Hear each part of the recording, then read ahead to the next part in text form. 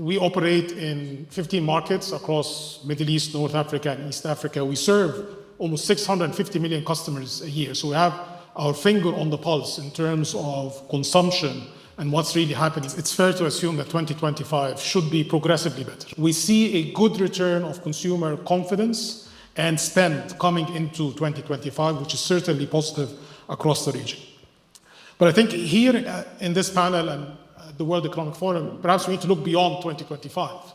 And it's fair to say that our region has been trying to catch up really with the world for 2.5 centuries since the first industrial revolution.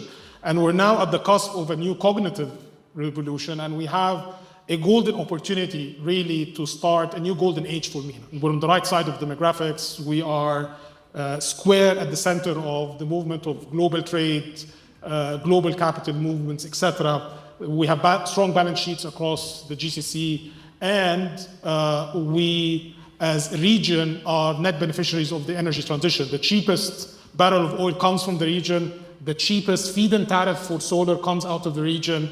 And if you put all of these factors together, capital, energy, talent, we should be leading on the AI revolution. And that should put us on a path towards prosperity on the long term for the next quarter century. And if you want to put a size of the prize, if MENA region contribution to global GDP would catch up to our contribution to population, simplistically, it's an extra $1 trillion of GDP. All of our businesses would automatically be 2 to 3 times larger.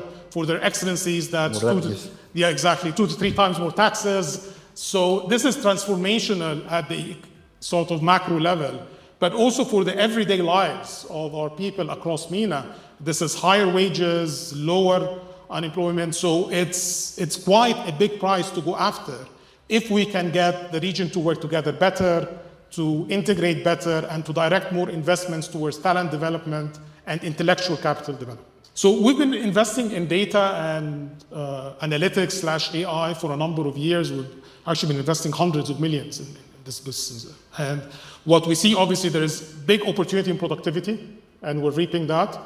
But what's even more exciting is the opportunity to create new businesses. So we just launched an ad tech business, Precision Media, that's off to a flying start. So we see tremendous opportunities for AI to improve productivity, unleash creativity, and offer us new business opportunities. But we have to be careful, though. You know, AI isn't cheap.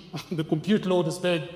The licensing is quite expensive. We always underestimate the long-term impact of technology, but overestimate the short-term. The bigger the overestimation, the bigger the hype, there is a risk of overinvestment in the short term. But certainly on the long term, this is going to transform businesses, and there are going to be big winners and big losers, and the big winners are the ones who are going to be able to invest at the right pace and the right way to capture that opportunity.